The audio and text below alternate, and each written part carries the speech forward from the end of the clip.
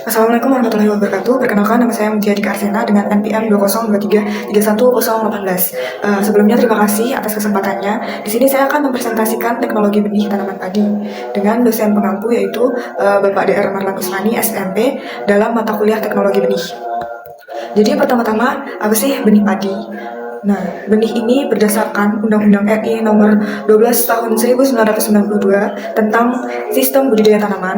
Benih itu adalah tanaman atau bagian tanaman yang digunakan untuk tujuan diperbanyak atau untuk dikembangbiakan. Jadi, peningkatan produksi pertanian itu dipengaruhi dengan penggunaan benih yang baik. Benih padi adalah biji tanaman padi atau dalam nama latinnya yaitu Oryza sativa yang telah melalui proses seleksi untuk memastikan kualitasnya yang baik dan biasanya memiliki sertifikasi. Nah, jadi benih padi ini untuk membuktikan kualitasnya yaitu dengan melalui proses seleksi atau uji laboratorium dan biasanya tuh udah memiliki sertifikasi. Nah, sertifikasi benih. Jadi benih yang bersertifikasi adalah benih yang sudah melalui uji laboratorium dan sudah terbukti kualitasnya. Kalau itu benar-benar benih yang baik. Jadi benih bersertifikasi terbagi ke dalam 4 kelas. Kelas pertama yaitu benih penjenis atau breeder seed, BS dengan label warna putih. Jadi di kemasannya itu udah ada label dengan warna putih. Untuk yang kedua yaitu benih dasar foundation seed atau FS dengan label warna putih juga. Dan ketiga ada benih pokok stock seed SS dengan label warna ungu. Jadi kalau untuk benih pokok ini di kemasannya itu ada label dengan warna ungu. Dan untuk kelas keempat yaitu ada benih sebar extension seed SES dengan label warna biru. Jadi sebelumnya benih ini harus bersertifikasi. Jadi sertifikasi benih ini adalah rangkaian kegiatan penerbitan sertifikasi terhadap benih yang dilakukan oleh lembaga sertifikasi. Nah, lembaga sertifikasi itu apa? Nah, lembaga sertifikasi ini contohnya yaitu BPSB, Badan Pengawasan dan Sertifikasi Benih. Jadi sertifikasi benih ini sudah melalui beberapa tahapan, yaitu pemeriksaan lapangan, pengujian laboratorium, ataupun pengawasan, sehingga benar-benar terjaga kemurnian dari benih tersebut. Benih-benih ini kalau sudah memenuhi persyaratan, maka boleh atau siap untuk diedarkan. Pengajuan sertifikasi ini dapat dilakukan oleh petani, kelompok tani, badan usaha swasta, instansi pemerintah, ataupun badan hukum lainnya. Seperti yang sudah saya jelaskan, tujuan sertifikasi adalah untuk menjaga kemurnian genetik dari varietas yang dihasilkan oleh pemulia. Jadi varietas ini benar-benar dihasilkan oleh pemulia, ataupun untuk menjaga kemurnian dan kebenaran dari varietas. Sertifikasi benih ini bertujuan untuk benih itu benar-benar sudah diketahui asal-usulnya, sehingga petani dapat percaya bahwasanya benih tersebut benar-benar benih yang berkualitas. Jadi benih yang bermutu itu dipertimbangkan dengan 3 hal, yaitu 1, mutu genetik, kemudian mutu fisiologis, dan mutu fisik. Mutu genetik yaitu benih murni secara genetik, mempunyai viabilitas dan vigor yang tinggi, bersih, dan sehat. Kemudian untuk mutu fisiologis, benih harus mempunyai daya kecambah tinggi, mampu tumbuh dan berkembang menjadi tanaman normal dalam kondisi optimum. Kemudian yang ketiga yaitu mutu fisik, meliputi persentase benih murni, persentase benih varietas lain, persentase benih tanaman lain, persentase biji gulma, persentase kotoran benih, dan persentase kadar air benih. Selanjutnya yaitu jenis-jenis padi. Jenis-jenis padi ini ada yang pertama padi hibrida. Nah, padi hibrida itu adalah padi yang diperoleh dari persilangan antara 2 varietas padi yang berbeda, yaitu 2 varietas induk yang memiliki kualitas yang tentunya sangat baik. Maka kedua induk tersebut dipersilangkan. Biasanya dari jenis yang memiliki ciri-ciri unggul atau baik yang seperti saya katakan, seperti tahan terhadap hama dan penyakit, memiliki daya hasil yang tinggi atau tahan terhadap kondisi lingkungan tertentu. Merupakan varietas padi yang hanya sekali tanam. Jadi padi hibrida ini varietas padi yang hanya sekali tanam. Nah, padi hibrida ini memiliki potensi hasil panen minimal 20% lebih tinggi dibanding padi hibrida atau lokal. Nah, padi hibrida ini memiliki kelemahan, yaitu kualitas padi harus sesuai dengan bibit aslinya. Nah, misalnya bibit aslinya itu jelek, maka kualitas padi juga akan jelek.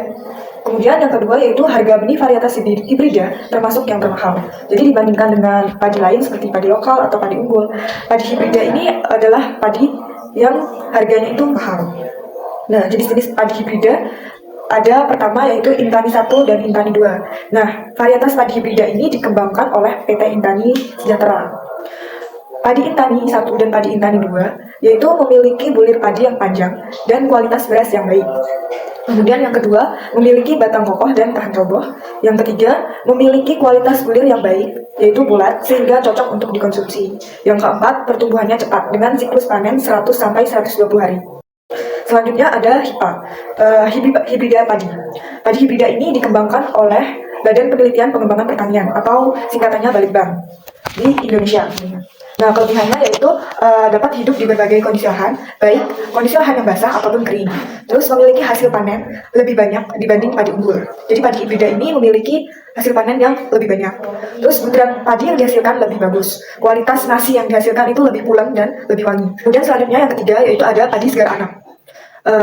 Di sini padi hibrida yang tahan terhadap kekeringan dan memiliki hasil tinggi.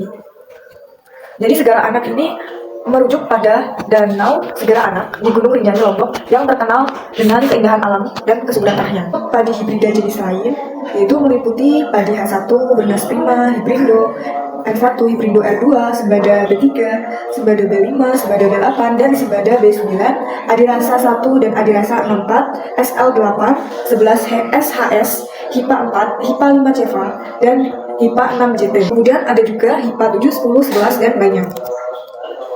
Kemudian yang kedua yaitu jenis-jenis padi unggul.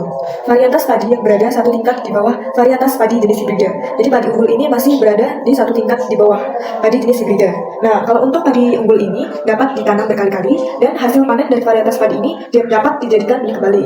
Kalau untuk varietas padi hibrida tadi hanya bisa sekali atau dari induknya dan nggak bisa ditanam berkali-kali atau dijadikan benih kembali. Kalau padi unggul itu bisa. Varietas padi ini biasanya lebih tahan terhadap hama penyakit dan harganya tidak semahal benih padi hibrida. Hasil panennya dapat mencapai 8-10 per hektarnya.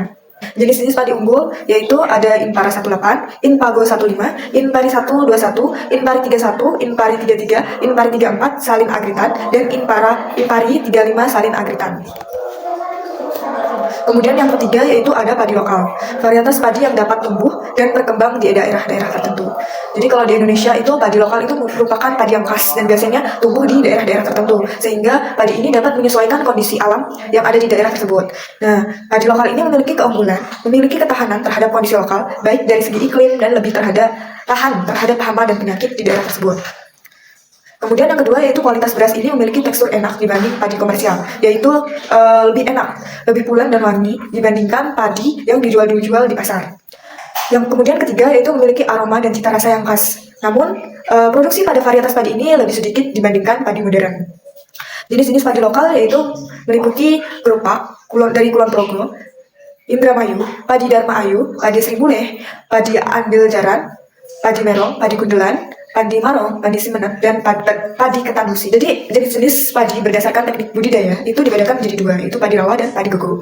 Padi rawa ini padi yang sering ditanam di daerah pesawahan atau rawa. Kemudian ada padi gogo. Padi gogo ini biasanya ditanam di lahan kering, seperti kebun atau ladang, dan tidak memerlukan irigasi khusus. Jadi padi gogo ini tidak perlu irigasi khusus, karena dia dapat tumbuh dan berkembang di lahan kering. Nah, biasanya padi gogo ini diterapkan dan cocok untuk sistem tanam tumpang sari. Jadi di sini ada beberapa aspek penting yang perlu diperhatikan dalam memproduksi benih. Yang pertama yaitu pemilihan lokasi yang sesuai. Jadi lokasi ini harus benar-benar diperhatikan agar tidak terjadi kontaminasi varietas padi lain atau tanaman lain yang kemudian akan menimbulkan kontaminasi atau benih yang tercemar oleh varietas padi lain atau jenis tanaman lain. Yang kedua yaitu penggunaan benih dasar yang bermutu tinggi.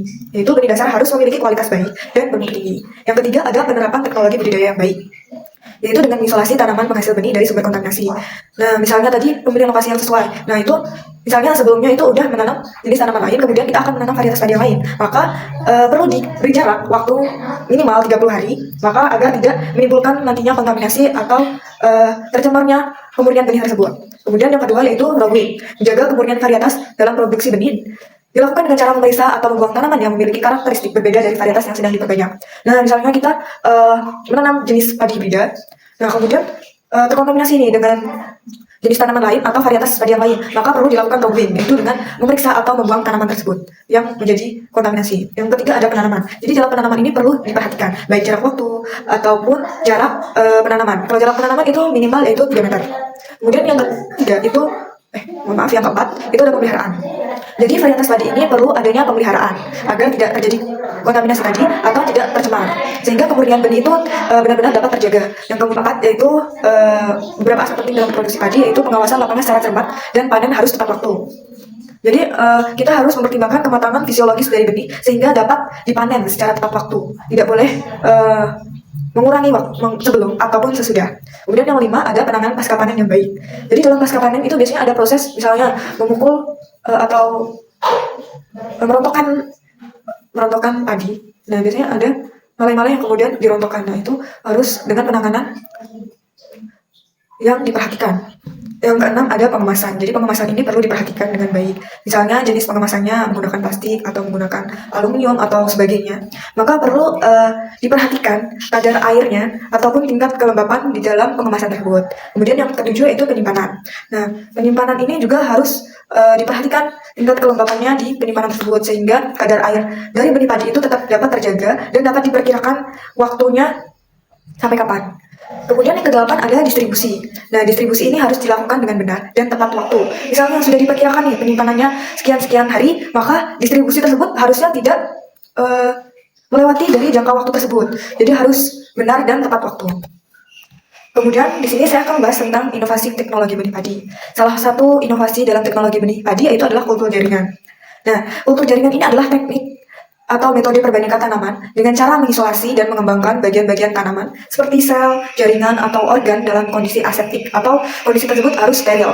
Nah, melalui teknik ini, benih padi dapat diperbanyak dalam jumlah besar dengan waktu yang relatif singkat dan biasanya memiliki mutu genetik yang terjamin dan lebih bebas terhadap penyakit ataupun misalnya jamur atau yang lainnya, dan memenuhi kebutuhan akan benih bermutu tinggi dibanding metode konvensional. Jadi metode kultur jaringan ini menghasilkan benih bermutu tinggi dibandingkan metode konvensional atau metode tradisional.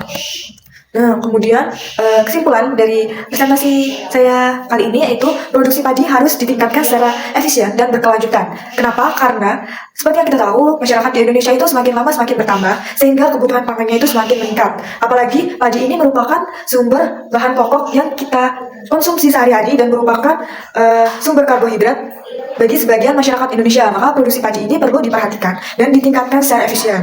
Nah, salah satu pendekatannya yaitu dengan pengembangan teknologi benih padi yang lebih baik, yaitu dalam produksi benih itu dipengaruhi juga dengan benih. Nah, benih ini harus diperhatikan agar kemurniannya itu tetap dapat terjaga sehingga kualitasnya itu dapat kualitas yang unggul sehingga produksi benih ini akan meningkat, produksi padi akan meningkat.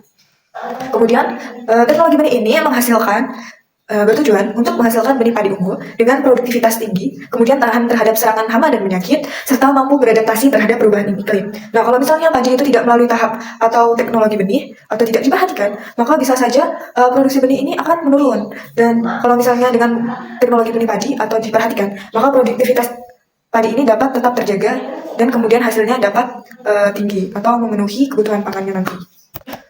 Mungkin sekian presentasi saya pada kali ini. Di sini ada daftar pustaka yang saya sisipkan atau saya cantumkan.